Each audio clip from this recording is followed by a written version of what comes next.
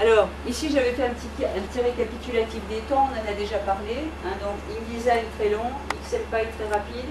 Là, chez Darwin, ils n'ont pas, enfin chez Konica Minolta, ils n'ont pas pu nous donner les temps parce que c'est un peu compliqué. Il faut quand même le dire. Non mais, même pour vous, je ne les ai pas eu tout de suite. Hein. Quand j'ai envoyé mon travail chez Xerox, eux, il leur faut une clé pour pouvoir imprimer, faire l'essai sur les 1242 enregistrements. C'est-à-dire qu'eux, ils sont comme nous pratiquement ici. Ils ont la version de base, gratos.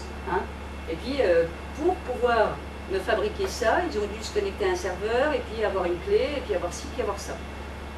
Chez Konica Minolta, n'ont pas pu le faire, parce que certainement ils avaient autre chose à faire que de traiter mon travail. Donc du coup, je n'ai pas de résultat au niveau du temps de flashage. On peut s'imaginer, ça ne doit pas être foncièrement différent de ce qu'on a, hein. Et ici, c'est pareil, ils n'ont pas pu me communiquer l'information. Mais enfin, c'est pour vous dire quoi. On a deux éléments de comparaison. C'est InDesign de base, j'ai fait des trucs. Un outil qui est fait pour ça. Vous voyez la différence au niveau du temps de flashage. Donc ça, c'est important de se dire, à partir du moment où je dois vraiment produire beaucoup, il faut que je m'arrête avec InDesign. Il faut que je joue InDesign plus quelque chose. Hein. Donc voilà. Alors, ça, c'est ce que je vous parlais sur XMPy. Hein. Cette possibilité, vous voyez, d'incruster dans la matière une personnalisation. Voilà, hein, où vous changez les prénoms, où vous changez des informations ici. Donc ça, c'est le module UImage qui se rajoute. Après, vous avez le module UChart qui permet de faire automatiquement du graphe, d'accord, d'une façon ou d'une autre.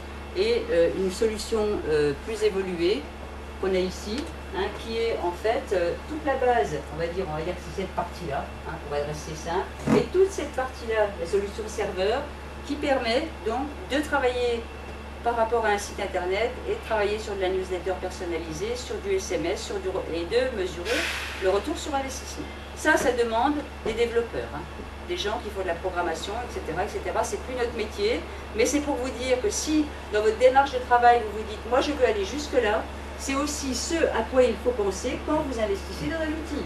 Ça veut dire, ouais, moi si je fais ça tout seul, avec mes connaissances et avec ce que je vais apprendre, je vais arriver là. Maintenant, si je veux aller jusque-là, j'ai des compétences externes à trouver. Externes où j'embauche, enfin, vous voyez ce que je veux dire. Ça ne peut pas s'arrêter directement à... Sauf si vous savez tout faire, c'est formidable, bien sûr. Bien, donc ça c'est le module Konica Minolta, hein, où là j'ai ma base dans InDesign, un outil qui me permet de rassembler tout ça, connecté à une presse numérique.